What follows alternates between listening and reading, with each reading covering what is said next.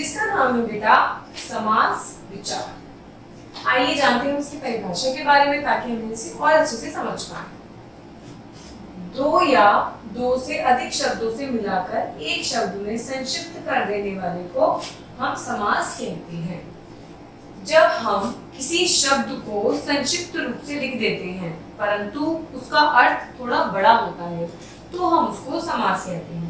जैसे यथाशक्ति शब्द एक है पर इसका मतलब है शक्ति के अनुसार। हवन सामग्री शब्द एक है लेकिन इसका मतलब है भवन के लिए सामग्री। तो क्या है बेटा, दो या दो से अधिक शब्दों से मिलाकर एक शब्द में संक्षिप्त कर देने वाले को हम क्या कहते हैं, समास कहते हैं। समस्त पद, दो शब्दों के जोड़ने से बने नए शब्द को हम समस्त पद कहते हैं। जब दो शब्द मिलकर एक नया शब्द बनाते हैं तो वो समस्त पद कहलाता है। जैसे वाल्मीकि रचित, इसका मतलब है जो भी वाल्मीकि जी ने बनाया हो, लिखा हो, तो हम क्या कहेंगे इसे, वाल्मीकि रचित। दो नए शब्द मिलकर एक नया शब्द बनता है। समास विग्रह, समस्त पद के बीच के संबंध को स्पष्ट करना ही समास विग्रह कहलाता है। जो दो पद है उनके बीच के संबंध को जब स्पष्टीकरण कर दिया जाता है, समास को जब अलग अलग बता दिया जाता है दोनों शब्दों को, तो उसे हम कहते हैं समास विग्रह। अब देखते हैं समास के भेद। समास देखिए टोटल आपका 6 प्रकार का होता है। पहला है अव्ययभाव समास, दूसरा है तत्पुरुष समास, तीसरा है कर्मधारय समास, द्विगु समास, बहुव्रीहि समास और द्वंद्व समास।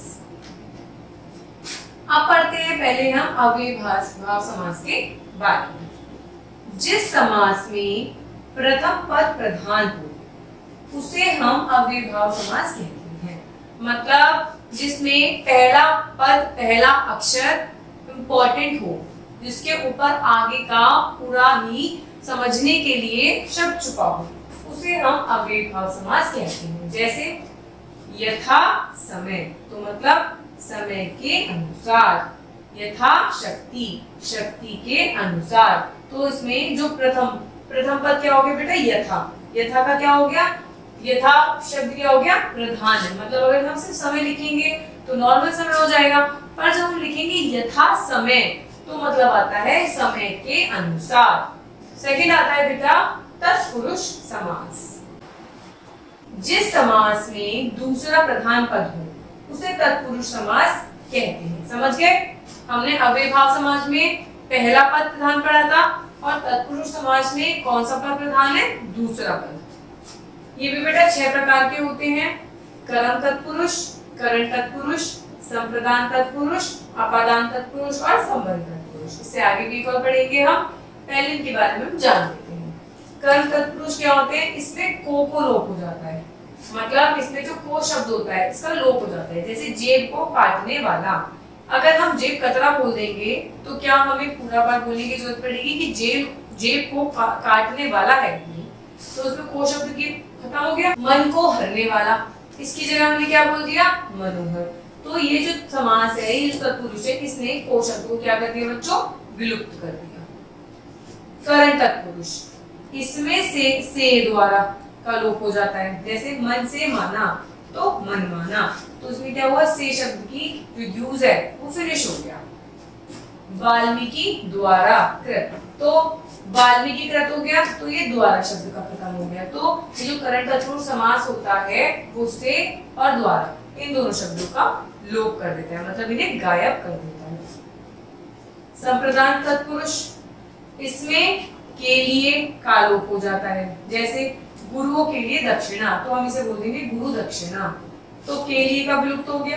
मार्ग के लिए व्यय, तो मार्ग व्यय, तो उसमें क्या हो गया, के लिए का विलुप्त हो गया। अर्थात हमें जब पूरा शब्द नहीं बोलना पड़ता और एक शब्द बोल के वो बात समझी जा सकती है तो वो समास के अंतर्गत आती है।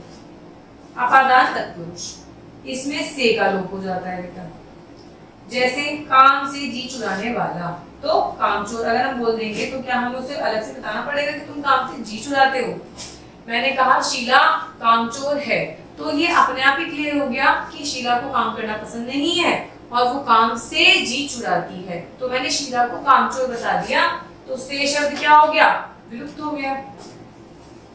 संबंध तत्पुरुष, इसमें का, की, के का लोप हो जाता है। आइए पढ़ते हैं। गंगा जल, गंगा का जल, तो हमने लिखा गंगा जल, तो का विलुप्त हो गया।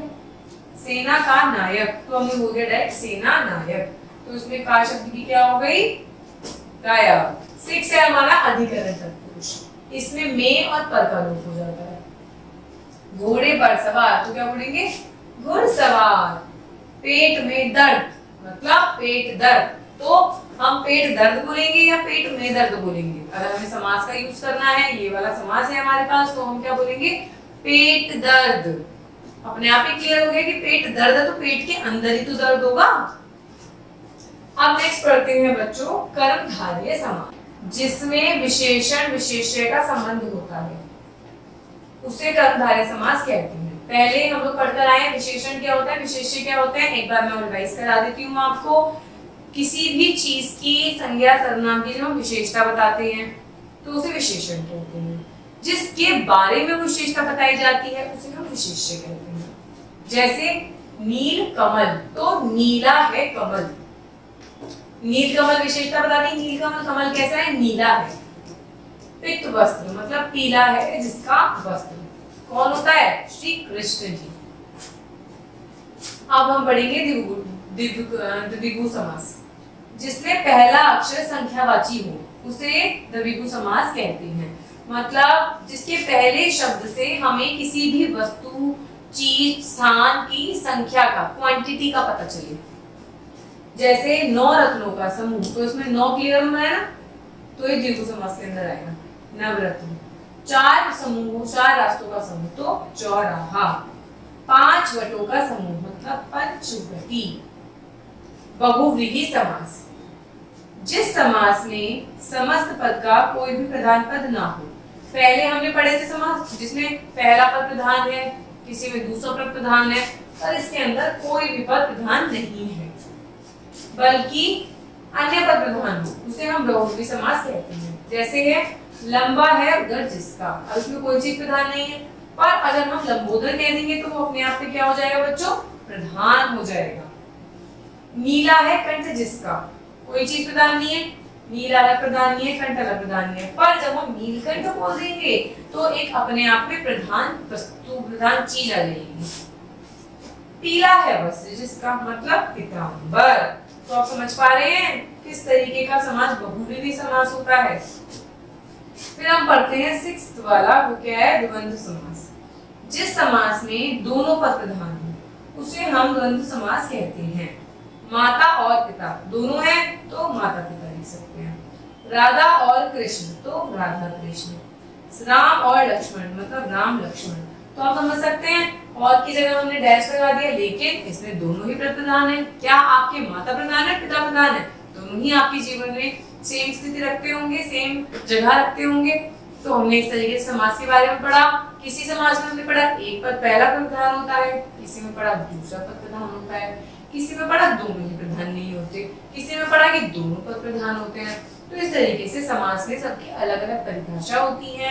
6 प्रकार के हमारे समास होते हैं, और इस पूरे ही पार्ट में हमने सब कुछ पढ़ा कि समास के कितने भेद होते हैं, समास क्या होता है, और अलग अलग समास का क्या क्या मतलब होता है। Thank you.